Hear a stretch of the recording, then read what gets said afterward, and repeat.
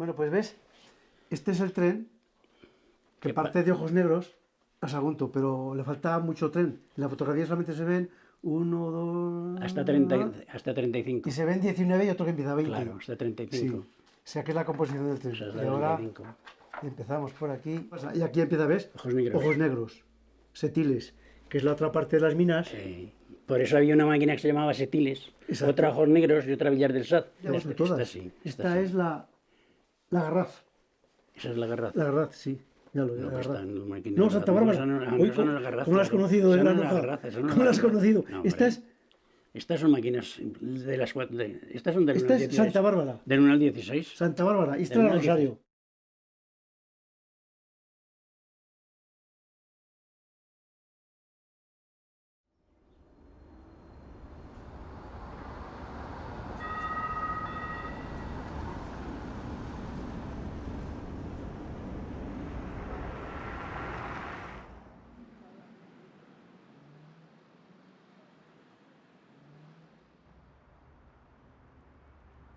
Aquí estamos en Covetamendi, que se impone sobre Bilbao, capital de Vizcaya, un lugar que durante la Revolución Industrial, en plena Revolución Industrial, fue escenario de grandes luchas y enfrentamientos entre los diferentes grupos económicos.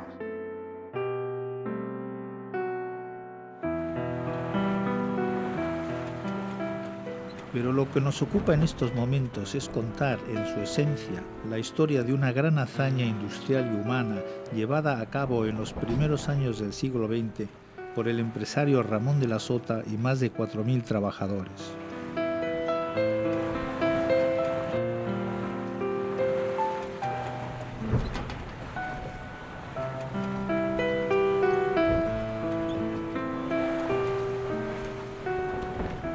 Esta historia arranca en 1886 cerca de Casturdiales, en el Golfo de Vizcaya, en una mina llamada Setares. 50 años de historia que nos llevan hasta Ojos Negros en la provincia de Teruel y en un ferrocarril de mineral de hierro hasta la costa levantina, a la creación de la Compañía Siderúrgica del Mediterráneo y a la fundación del puerto de Sagunto.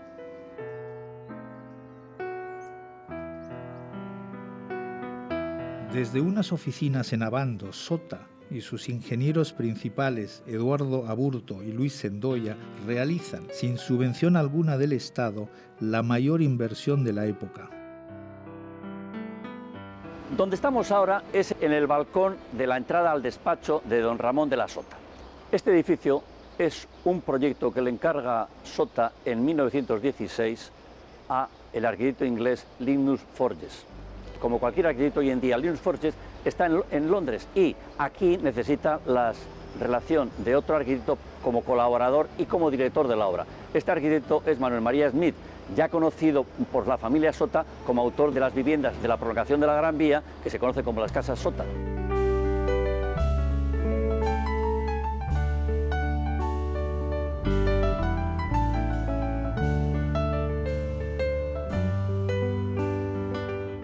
El edificio exteriormente está compuesto a la manera clásica, es decir, con un basamento, con un gran orden y con un entablamento.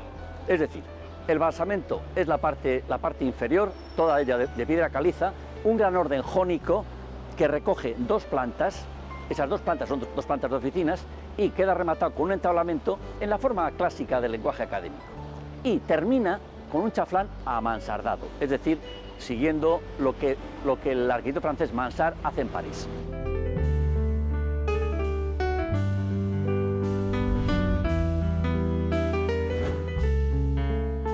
Para mí, Ramón de la Sota es un personaje extraordinario por su actividad empresarial. O sea, ya cuando se dedicaba especialmente al negocio navillero, ya era reconocido casi como el rey de los mares, le decía gente de su época, ¿no? Y luego era tan prolífica su actividad y tan lógica que bueno, que solo cabe admiración.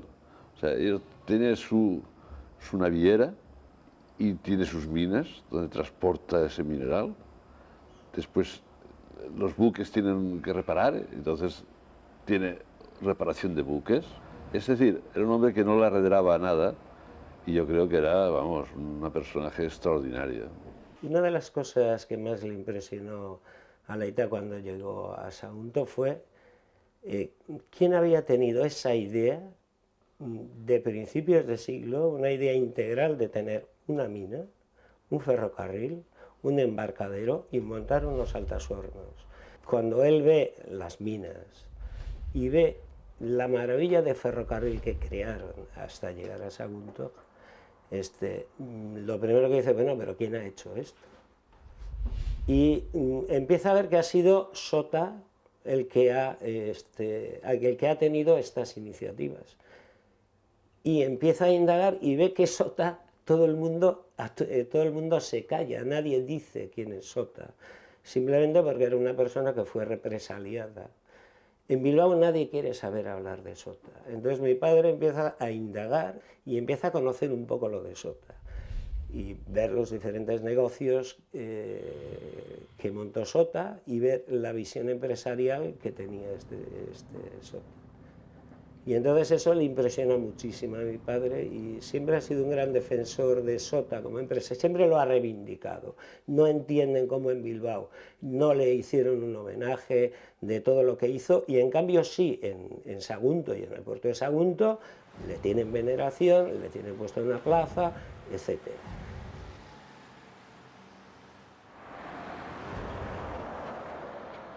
Toda la riqueza industrial de la que ahora gozamos y que convierte al puerto en la segunda ciudad industrial de la Comunidad Valenciana, la tenemos, la gozamos, la disfrutamos, porque en su momento, a principios del siglo de 1902, a principios del siglo pasado, no, de hace 2 siglos, un industrial vasco, en un sueño que muchos calificaron de absoluta locura y que daría mucho debate, decidió montar una factoría en 1917 y antes una carga de mineral en un muelle que él mismo construyó en 1902 aquí, en lo que es un terreno baldío abandonado dentro del término municipal de Sagunto. Es decir, toda esta riqueza industrial que nosotros ahora estamos gozando y estamos disfrutando no se debe a la actuación del municipio de Sagunto, ni se debe a su fabricación de botijos de colcho, se debe única y exclusivamente a que aquí nació una ciudad, nació un sueño, y un sueño que en su momento fue de Sir Ramón de la Sota y que nos ha proporcionado a todos un futuro, yo creo que mucho mejor, sobre todo a todas aquellas jornadas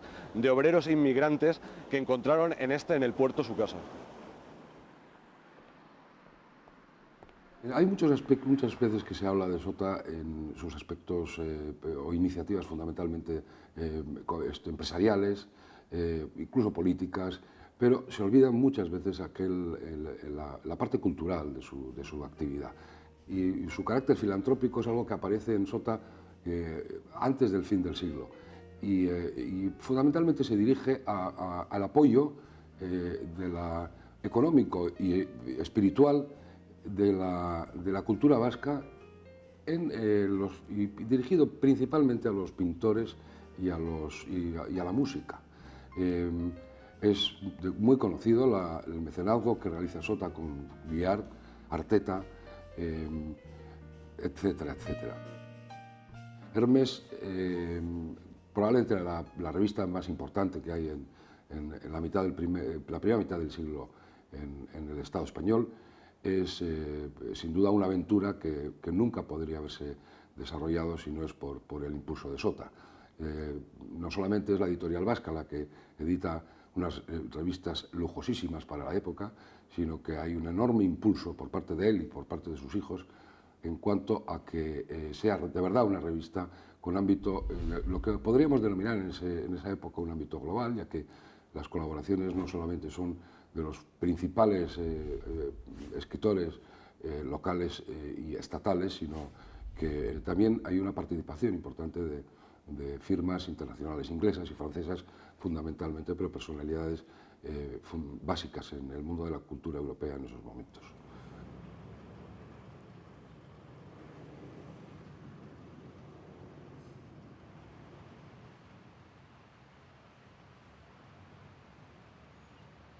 En 1900 la flota mercantil vasca y la propia naviera Sota y Aznar habían crecido vertiginosamente, pero no existía en Bilbao la posibilidad de construir ni de reparar buques.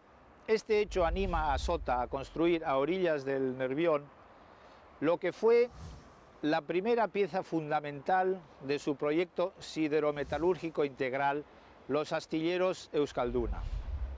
Ubicados en 90.000 metros cuadrados, estos astilleros contaban con 3 diques, 2 de construcción y 1 de reparación.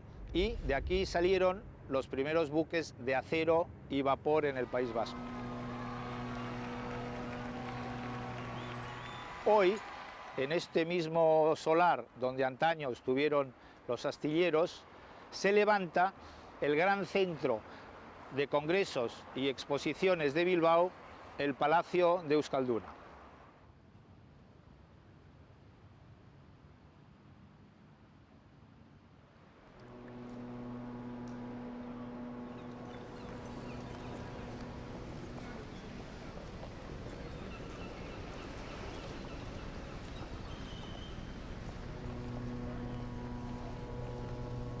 Puesto que las fábricas de acero de la época eran incapaces de suministrar adecuadamente el consumo, se hacía necesario, para preservarse de los precios de monopolio imperantes de la época, el construir unos altos hornos en las marismas de Sestao, cercanas al puente colgante.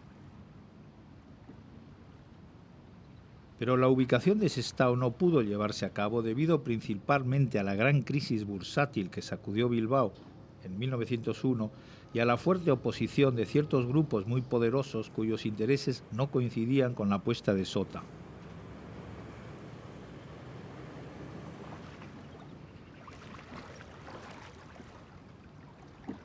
Sota, como no puede ser de otra manera, tiene una intervención fundamental en el puerto de Bilbao y a lo largo de muchos años.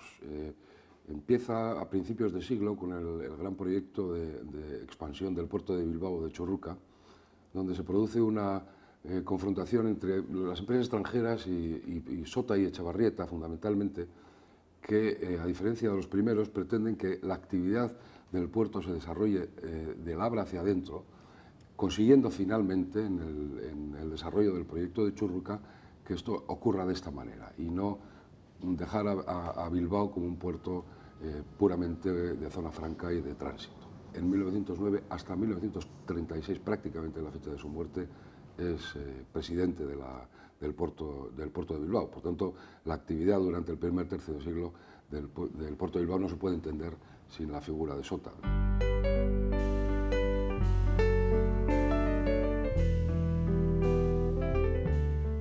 A finales del siglo XIX, debido a la gran demanda de mineral y el agotamiento de las minas de Vizcaya, Sota se lanza a la búsqueda de minas de hierro por todo el territorio nacional, encontrando después de muchos y largos viajes de prospección un coto minero en Sierra Menera. El momento es en el que hay una demanda enorme de mineral de hierro bajo en fósforo y las minas de Vizcaya reúnen esas condiciones, pero se están agotando, están entrando en rendimientos decrecientes. Cada vez cuesta más sacarlo. Entonces busca, como otros tantos buscaban minas, y sale de las minas de Ojos Negros, que estaban inexplotadas porque estaban muy alejadas del mar y no había medio humano de llevar el mineral a un punto de embarque. Bueno, a otra persona eso lo arredra y eso le frena, pero a Ramón de la Sota no.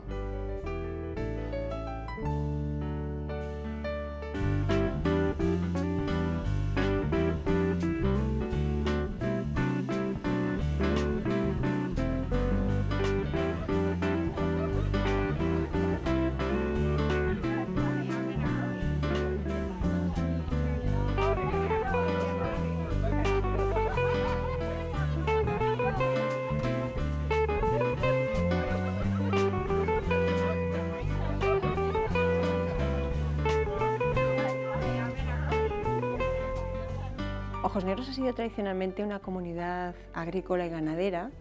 La mayor parte de sus recursos se centran en la explotación de las tierras, en el cereal y en el ganado.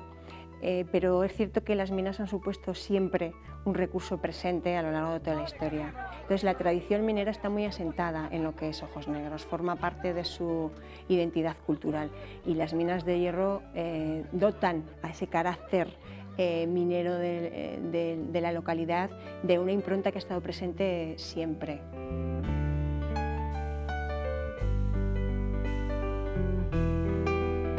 Primero hay un impacto paisajístico importante. Los montes, aprovechados para pastos y leñas en su momento, cambian por completo de imagen, se configura un paisaje completamente diferente y un espacio que además es fronterizo con la zona de Castilla. Desde los primeros años la instalación de la compañía en la localidad supuso inicialmente la llegada de trabajadores cualificados vascos, eso se recuerda todavía en la localidad, pero pronto empezó a llegar mano de obra necesaria prácticamente de todos los lugares de España, principalmente lugares de tradición minera, pero en general puedes encontrar en los registros personas tanto de León como de Palencia, de Andalucía, y aquí se conformó un crisol, que diríamos ahora, un crisol cultural muy interesante. Bueno, pues esto ahora se coge con una mano el azadón y con la otra y se hace así. Se revuelve un poquito con el cimo que hay.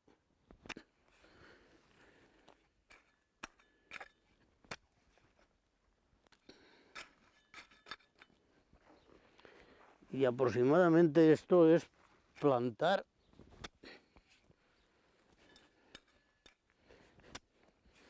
tomate.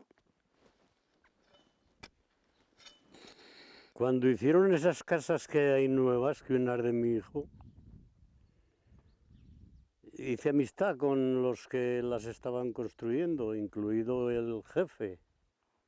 Y un día uno de ellos me dice, ¿tú también irías a la mina? Digo, hombre, fue una temporada para saber lo que es. Una temporada fui. Dice, ¿pero grande la temporada? O digo, no mucho, 37 años. 37 años fui a la mina. Y yo la opinión que tengo de los primeros dueños, pues es que eran unas personas, llamándolos, yo creo que familiarmente, buenas personas. No como estos otros. Porque este que la cerró, nos lo dijeron cuando vino aquí de director. Dice, este os cerrará la mina. Y no se equivocaron.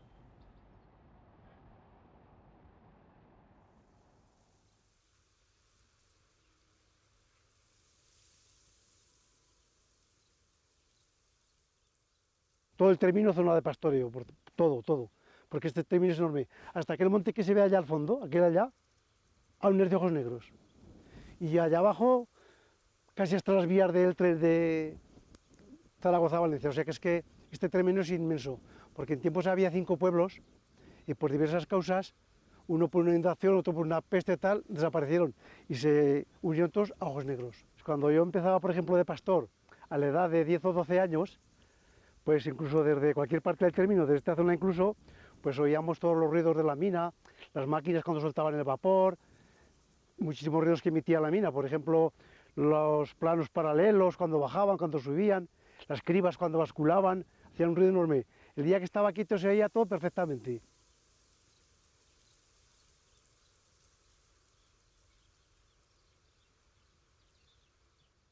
Una memoria presentada por los dueños de Sierra Menera describe meticulosamente 22 minas de hierro de un coto minero de 1.439 hectáreas, con una cubicación de 93 millones de toneladas. En esta memoria se describe la calidad del mineral detalladamente, concluyendo que es de la clase hematites, con una ley del 56%, y con la práctica carencia de azufre y fósforo, mineral muy apto para la siderúrgica por el procedimiento de Bessemer.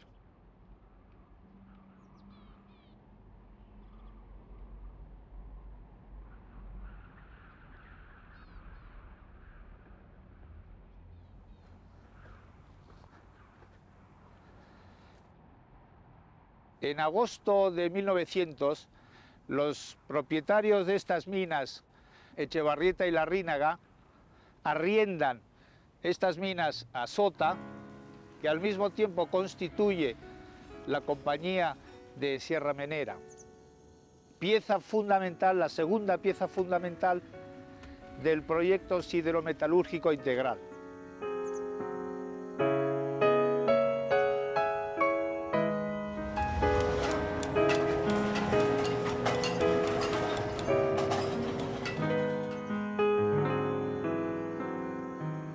Pero lo que esta memoria olvidó de mencionar es el carácter pulverulento del mineral, que por su defecto de origen era inadaptable para hornos altos. Bueno, eso fue, yo creo que lo más dramático de todo el tema, ¿eh? Cuando por fin empiezan a enviar, en 1907, ya salen el Gorbea-Mendy con sus 4.000 toneladas dirigidas a Cameler, que era su socio, un socio preferente, vamos. Lo cierto es que por el transporte, o por lo que sea, cuando llega a los hornos de Cameler, pronto llega la noticia de que eso no funciona. El material casi es polvo, no hay casi nada de grueso, hasta el punto de que Camel, que tenía derecho a una rebaja en el precio, pues renuncia a todo eso de momento y dice que no va a comprar más, a pesar de que es socio, es obligacionista, tiene muchos intereses. Pero claro, si no le va bien el mineral para los hornos, es lógico que ahora eso hace que Sota pues emprenda enseguida medidas para solucionar el problema. Lo que van a hacer es montar las instalaciones para mejorarlo. ¿Qué es lo que se va a montar? Primero, hornos de calcinación. Los hornos de calcinación lo que van a tratar es de restar cantidad de agua. El mineral contenía un porcentaje muy elevado de agua para lo que era normal y van a montar hornos de calcinación que reduzcan el volumen de agua. Posteriormente, lo que se va a hacer es montar instalaciones de briquetado, que es una forma de compactar el mineral. Y esas instalaciones de briquetado se montan al pie de las minas en Sierra Menera. Las briquetas, ese mineral compactado parece que funciona bien, pero en los primeros envíos que se realizan a empresas europeas resulta que buena parte de las briquetas llegan rotas, con lo cual no se pueden utilizar en el horno alto. Aún así se sigue adelante, se buscan nuevos métodos, se busca una nueva forma de compactar el mineral, que es la nodulización. Todas las técnicas posibles para compactar el mineral y para hacer un mineral acorde a las características técnicas que requería para utilización en los hornos altos se desarrollan. No obstante, esto supuso encarecer muchísimo esa materia prima fundamental para el proceso siderúrgico y dificultó en algunos momentos su salida al exterior.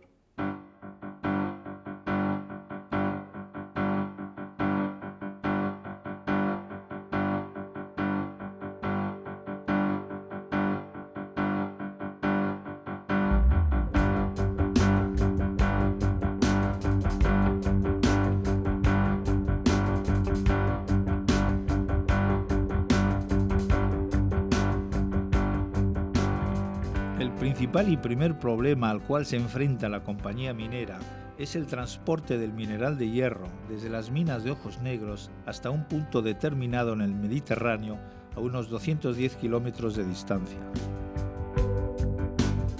Para esto había dos opciones. La primera era el utilizar un ferrocarril ya existente, el Central de Aragón, una empresa de capital belga que hacía el recorrido Zaragoza-Valencia, una vía férrea comercial y de pasajeros. La segunda opción era el de construir su propio ferrocarril. Fue Aburto, el cuñado de Sota, el que se lanzó a buscar un camino adecuado para transportar el mineral desde Ojos Negros al mar. Es una época de invierno, va por la sierra de Teruel, el frío es tremendo, casi se muere de frío el hombre, y busca hasta 7 caminos distintos. Y solo al final ve que el único camino posible es el que ya ocupa la central. Entonces tiene que ir cerca de la central y llegar ahí.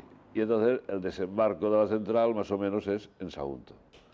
No le resulta rentable ni ir a Valencia, ni ir a Burriana, donde le habían facilitado muchas ayudas y muchas facilidades, y prefiere ir a Sagunto porque es la salida natural de ese camino, y por otra parte el que luego en la explotación le resultará más económico también. El que la compañía minera emprendiera la construcción de un ferrocarril existiendo ya una vía férrea prácticamente con el mismo trazado provocó en su día opiniones muy diversas. La polémica ha dado con el tiempo mucho que hablar, pero la idea esencial de Sota era evitar la dependencia y control de una compañía de pasajeros y de capital extranjero que desconocía las características de lo que era una explotación minera. La central eran unos empresarios belgas y el presidente era Segismundo Morel, que luego fue ministro de Gobernación, y desde ese Ministerio de Gobernación, desgraciadamente para Sota, puso todas las dificultades posibles para que el ferrocarril de Sota se retrasara y abandonara la idea incluso, ¿no? Hubo 3 paralizaciones de obras en sus inicios, hubo un contencioso administrativo muy importante, hubo muchos intentos de frenar la actividad del ferrocarril de Menera, pero todo se superó, claro, todo se superó con grandes dificultades y con retrasos.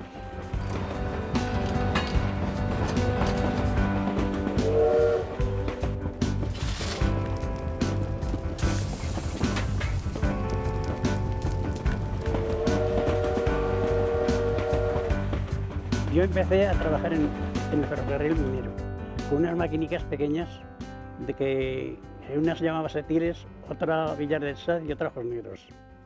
Ahí estuve durante un año. Y ahí cuando salías de fogonero ahí te enseñaban. Luego pasé al ferrocarril. El trazado férreo inicia su recorrido en Ojos Negros y después de pasar por Almohaja, Santa Eulalia y Cella, baja hasta Teruel a 850 metros, iniciando seguidamente su escalada hasta Puerto Escandón. Retoma su descenso por Puebla de Valverde hasta Sarrión, llegando al viaducto de Alventosa. Continúa por Barracas, Torás, Jérica, Caudiel a 200 metros de altitud, descendiendo hasta Segorbe, Algimia, Gilet y finalizando su trayecto minero en el puerto de Sagunto. Nosotros bajamos de aquí de Ojos Negros, de las minas, a Teruel, a Sencillo. En Teruel ya venía al puerto de 19 kilómetros, que es un 17% de más de. Entonces salía máquina agarrada, se ponía atrás y daba la doble al puerto. Llegábamos al puerto y había venido el vacío de Sagunto, cogíamos el vacío nosotros, la garraza se ponía en cabeza, bajaba a Teruel y ya siempre se quedaba ahí. Y nosotros veníamos para aquí. Y la máquina, pues estaba la garraza esa y estaba en Teruel para dar la doble a todos los trenes. Si había 4 trenes, pero los 4 trenes tenían que dar la doble al puerto. Pero esa se quedaba en los baños siempre, a 175 kilómetros de aquí. Y así fue la vida durante 20 años.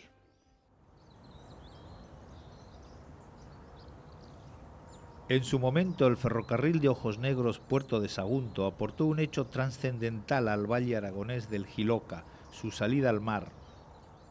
Al cabo de 100 años, este hecho adquiere singular importancia al convertirse esta antigua vía férrea en la vía verde más larga de Europa.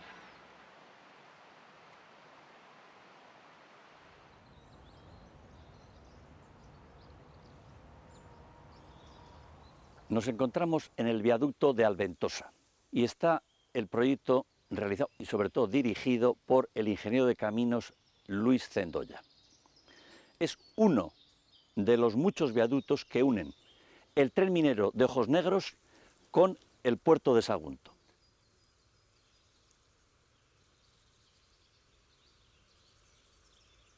Aquí nos encontramos en un lugar de un paisaje natural, pero que nos hace recordar casi a los escritos rusonianos. Y dentro de este paisaje se introduce un nuevo elemento, muy potente, artificial, que es casi una creación de un nuevo paisaje artificial.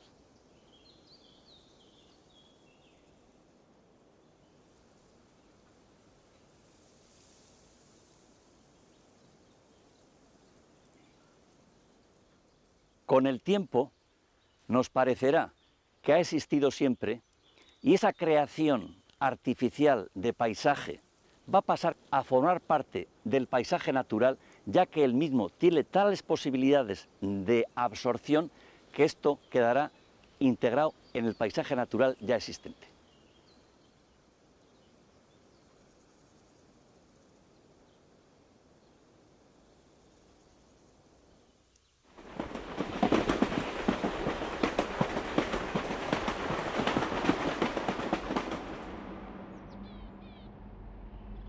Sagunto está ubicado en una de las mejores áreas del arco mediterráneo. Es el centro exacto del Mediterráneo español más importante, el que va desde Almería hasta el Golfo de Rosas. Estamos en ese centro neurálgico y por eso Sagunto siempre ha sido un nodo importante de comunicaciones y siempre ha tenido una gran importancia a lo largo de las culturas que han ido pasando por él.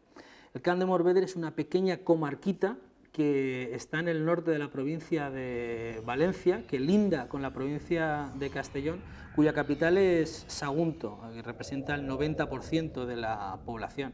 Nosotros tenemos una población ahora de 65.000 habitantes, que aspiramos en ese marco, a ese arco mediterráneo, ser alguien importante y volver a tener un protagonismo a todos los niveles.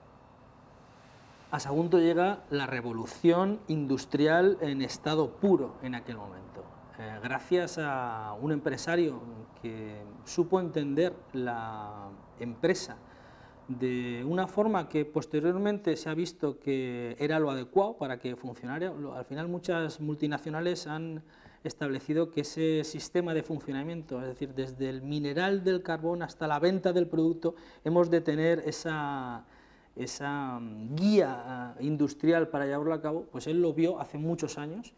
Aquello supuso para Sagunto no solo la revolución industrial, sino la revolución social. Sagunto era una población más en el contexto de la Comunidad Valenciana, en el contexto español, que vivía de la agricultura y que dio un salto cualitativo y cuantitativo muy importante. Significó el crecimiento de un núcleo, el núcleo más importante de la ciudad, el puerto de Sagunto, que ahora dobla prácticamente al núcleo de Sagunto ciudad en población. Son prácticamente de 22.000 a 44.000 habitantes. La diferencia que hay entre Sagunto ciudad y el puerto de Sagunto significó un despegue importante y que Sagunto fuera conocido por algo que no lo había sido a lo largo de sus 2.000 y muchos años de existencia, y era por su poderío industrial, que hoy en día nos orgullecemos de seguir manteniéndolo, habiendo diversificado el sector industrial, como es lógico, pero con una apuesta muy clara todavía a fecha de hoy por el sector siderúrgico.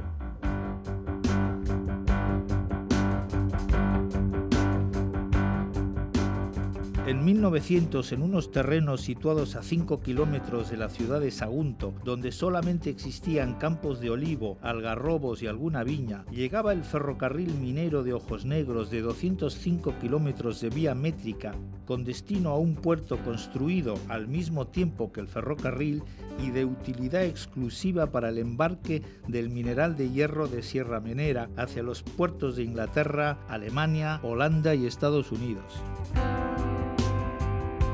El 28 de agosto de 1917, una vez constituida la Compañía Siderúrgica del Mediterráneo, Frank Roberts, el prestigioso ingeniero americano, es contratado para diseñar la planta que ocuparía 60 hectáreas.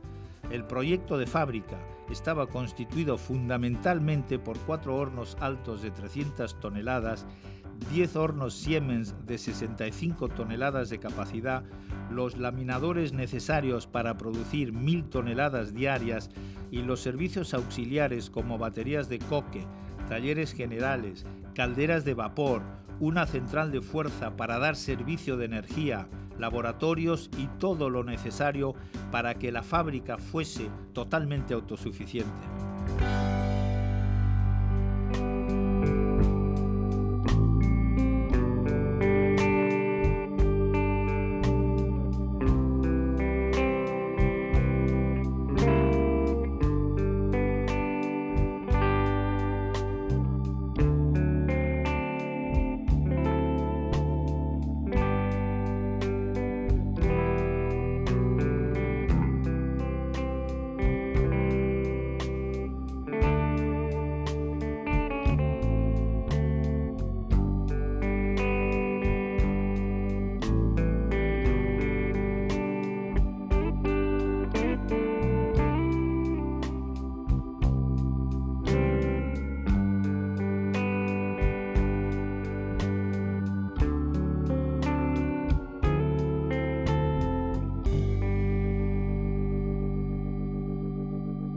Nos encontramos ante un auténtico templo de la industria. Esto no es una ruina etnográfica industrial. Esto es un patrimonio industrial que perfectamente me imagino que será un bien de interés cultural. Pero es algo maravilloso de los pabellones industriales que uno se encuentra raramente por el mundo, en que está hecho y realizado con esta exquisitez. Vamos a ver cómo se planteaban la forma de componer la fachada. Se lo componían de una forma que ya se ve claramente ahí. Ahí se ve claramente un basamento, el orden y arriba una cornisa. El basamento es un basamento de piedra, esa esquina de ladrillo que se ve por ahí, eso exactamente ese es el orden para tener, pero ese orden ese va coincidiendo constructivamente con la nave. Y luego, en los huecos tenemos unas ventanas, pero que esas ventanas, si lo miramos bien, son unas ventanas dándoles un valor añadido además del de iluminación, porque podría ser perfectamente unas ventanas cuadradas como están en todas las industrias, pero sin embargo es una ventana con un medio punto y además, casi si lo miramos bien, casi es como una basílica, es decir, con unas naves laterales bajas, una nave central alta. La nave central alta, ¿por qué en este caso? Porque por ahí entraban los trenes y, como es lógico, eran trenes de carbón, echaban mucho humo y ese humo tenía que salir por la parte superior, como se puede apreciar en la parte de arriba. Y a la vez, además, tenía no solo esta iluminación que vemos por aquí, sino lateralmente también tenía una serie de ventanas del mismo tipo, con la misma tipología, y en la nave lateral, en la parte superior, continúa teniendo una gran iluminación con otras naves más pequeñas, con otra dimensión, pero todo ello pensando humanamente en el pabellón. Es decir, no es un pabellón únicamente para trabajar, sino que el que esté trabajando se encuentre más a gusto. Una prueba de ello también es de que las ventanas no están tratadas de una forma industrial, sino están tratadas con otro amor, con otro gusto, con otra humanidad.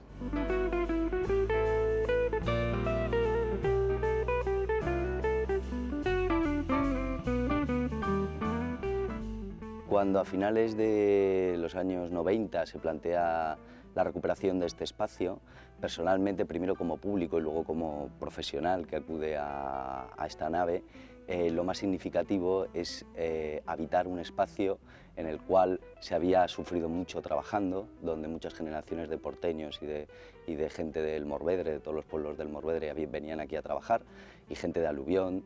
Un espacio mágico hecho para el trabajo y mágico recuperado para la creación y el disfrute cultural.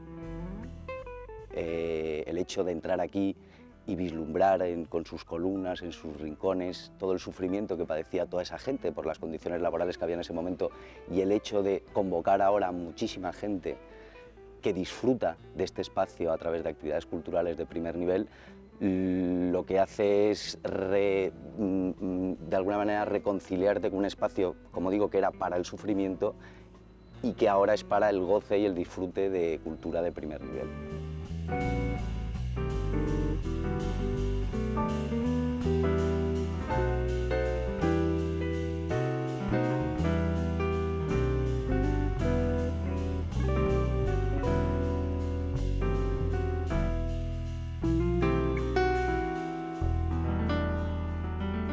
¿Cuál es el perfil del inmigrante? ¿De dónde venían? ¿Quién eran? Los primeros inmigrantes en llegar a la zona son los propios directivos de las compañías de sota. Son de origen vasco, sobre todo estamos hablando de ingenieros, estamos hablando de navieros, estamos hablando de digamos, gente ligada al empresariado de sota del principio, ¿no? Posteriormente ya comienzan a venir personal menos, cualificado, ¿no? Y dentro de ese personal encontramos fundamentalmente personas procedentes de Aragón. Posiblemente aprovecharon el ferrocarril, la construcción del ferrocarril minero para aproximarse, ¿no? También encontramos andaluces del principio, también posiblemente ligados a los negocios de sota, ¿eh? Recordemos que en el sur de España, en Sierra La Milla, en Almería, en Lucanea de las Torres y en el cargadero de mineral de Agua Amarga, pues Sota tiene otro ferrocarril minero y tiene también personal cualificado, ¿no? Que puede que trasladara a sus negocios en el Mediterráneo. Y a partir de ahí, digamos que unos van llamando a otros. Primero llega, digamos, pues el padre o el que quiere conseguir establecerse en un lugar determinado y posteriormente llama al resto de la familia, ¿no? Entonces encontramos en general de Aragón, de Andalucía y otros lugares. Buen día.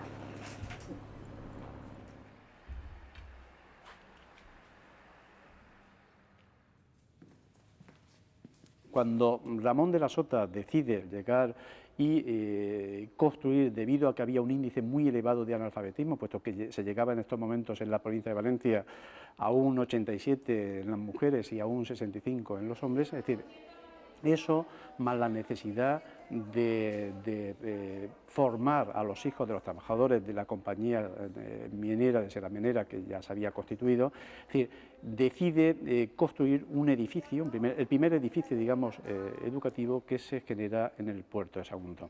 En ese momento Ramón de la Sota es consciente de que ya se habían desarrollado una serie de academias, ya había esa formación inicial, ya se había, digamos, expandido, ya no estaba solo lo que era el grupo escolar Sota y Aznar, y por lo tanto se plantea la creación de un centro donde poder hacer una segunda enseñanza para los obreros de la empresa, ¿no? Es decir, por ello se genera lo que sería la Escuela de Artesanos.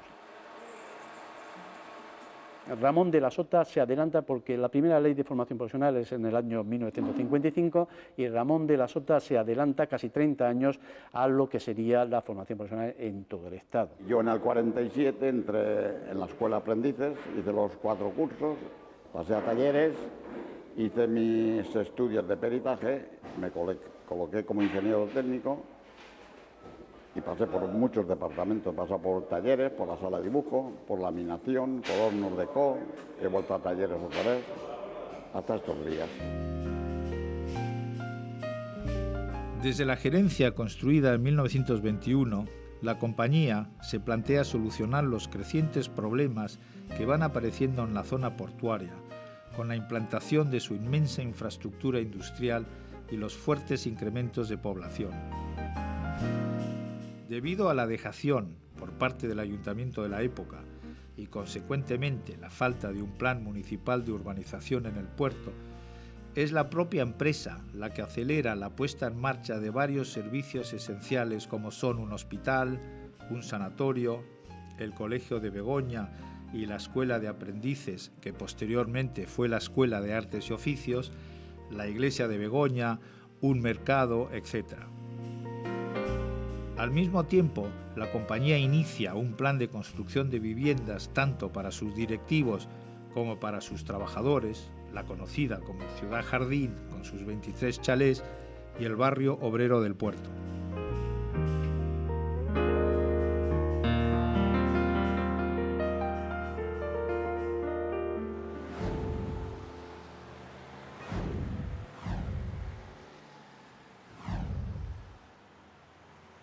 La rotonda del Centenario. La rotonda del Centenario que nos ha quedado guapa, ¿eh? La verdad es que sí.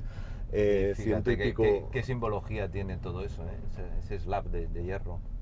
Pues esto es obra, en principio, del fundador de lo que es este pueblo, el puerto, que fue Ramón de la Sota. Es un hecho indiscutible y fíjate, han tenido que tardar todos estos años, 100 y pico años, para que se empiece a reconocer por parte del ayuntamiento del pueblo de al lado. Y si observas los ladrillos, ladrillo macizo que hay en lo que es la base de esta rotonda, son ladrillos que se hacían en la fábrica, en Altos Hornos, y además simbolizan las traviesas del tren. El tren que trajo la civilización aquí, donde nos encontramos, donde no había nada. Bueno, estamos por una de las arterias principales del puerto, la que comunica. El puerto es un pueblo que está comunicado por dos arterias principales. Una es la avenida actualmente del Camp de Morvedre y otra es la avenida 9 de Octubre. Y vamos a adentrarnos en todo lo que es la zona vieja, que es la zona que en principio... Avenida 9 de Octubre, que se llamó de Sota y Aznar, me parece. Se llamó de Sota y Aznar, efectivamente. No recuerdo mal.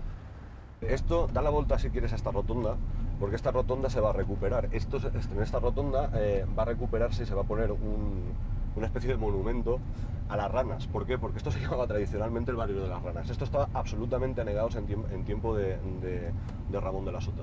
O sea, efectivamente aquí no había nada y se hacen las primeras construcciones. Entonces todo el barrio que está a nuestra derecha es el conocido como barrio de las ranas.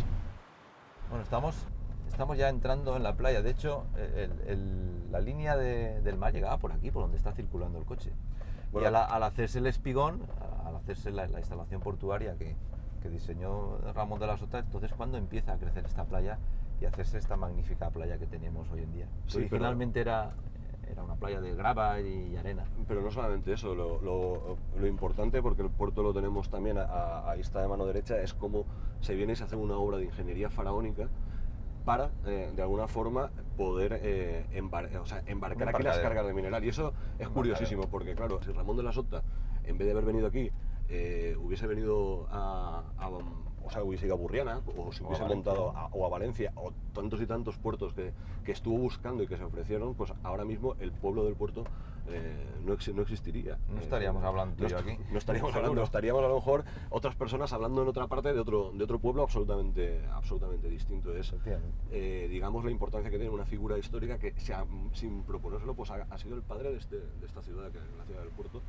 y a lo mejor sin proponérselo, de una forma absolutamente casual, pero son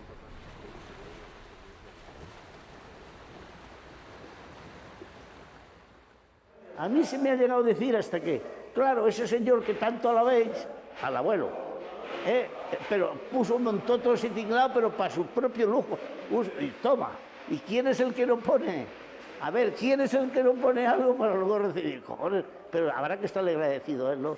Y el mayor disgusto que me llevé yo fue cuando le cascaron todos nos creíamos, desde que la estaban haciendo la rotonda, ahora que nos falta todavía el monumento, que lo hemos pedido 50 millones de veces. Todavía dedicado al verdadero fundador. No vas por ahí a otros sitios. No está Pizarro allá en su pueblo y el otro, pues el conquistador de este pueblo fue Ramón de la Sota, ¿no? Yo creo que sí, para su interés y para el mío. Hay que decir que las historias siempre las escriben no los vencedores, las escriben los ganadores. En el puerto de Sagunto, ha pasado lo mismo con respecto al municipio de Sagunto. No era conveniente, no era propicio, no era bueno dar pábulo a la historia de Sir Ramón de la Sota, porque es la historia de nuestro pueblo y se desprende total y absolutamente que somos fruto de una civilización industrial absolutamente contrapuesta a la civilización agrícola de nuestro vecino Sagunto. No somos ni mejores ni peores, somos distintos. Esa distinción se la debe, desde luego, a Ramón de la Sota, como digo, a su compañía minera de Sierra Menera, a los otros hornos más tardíamente y a toda esa especie de civilización que trajo a un erial, a un término municipal que estaba absolutamente abandonado y desprotegido por parte de la administración, en este caso del Ayuntamiento de Sagunto y de las administraciones públicas estatales.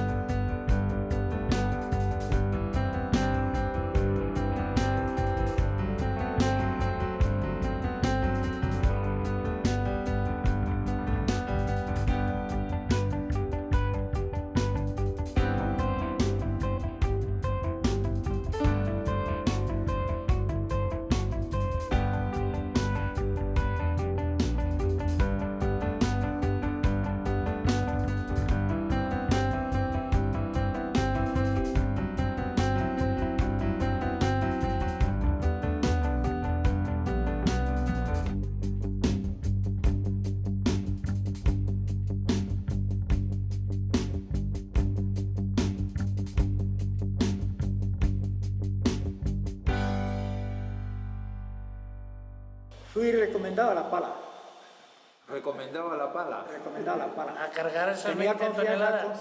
con el encargado y me mandaba a las vías. Digo, mándeme a la pala. Pues andate a la pala. O sea que ya entré enchufado a la pala. La pala era lo más duro. Sí. ¿Qué trabajo realizaba? Muchísimo. ¿Desde dónde empezaste? Más o menos. Tirar a pala, cargar 20 toneladas a pala. Y a 18 grados bajo cero y algunas veces más. Ropa la que podíamos. Casi calzoncillos. Ven aquí, Sebastián. Camiseta, entonces no había de todas esas cosas. Hola. Y Gregorio, también puedes venir, Gregorio. ¿Cómo se llama usted? Gregorio Cormán García, y de apodo El Dios. Pues yo entré en el 62 y fui también enchufado a la pala, pero de carbón. Yo estuve 3 años en la estación para mantener las máquinas de vapor. ¿Alguno de vosotros fue capataz? De toda la Por eso dice que era mala gente. Eso dicen los compañeros de trabajo. ¿Y usted por qué fue capataz? ¿Cómo llegó a capataz? Pues porque pasé por todos los méritos que había. Sí. Pinche capataz, barrenero, fogonero, de todo. Al principio pues vinieron de muchas partes. ¿De qué partes, por ejemplo? De Bilbao. De Bilbao. De Bilbao vino una remesa de 50. Andaluces, mucho. Y castellanos, también vendían. Manchegos, quizá. De Setiles. De Villar, de todos los pueblos de estos de alrededor aquí. Esperacense, de Rodenas, de todos los puestos de Pedregal. Duro, ha sido esto muy duro. Pues en tantos años nos ha pasado de todo.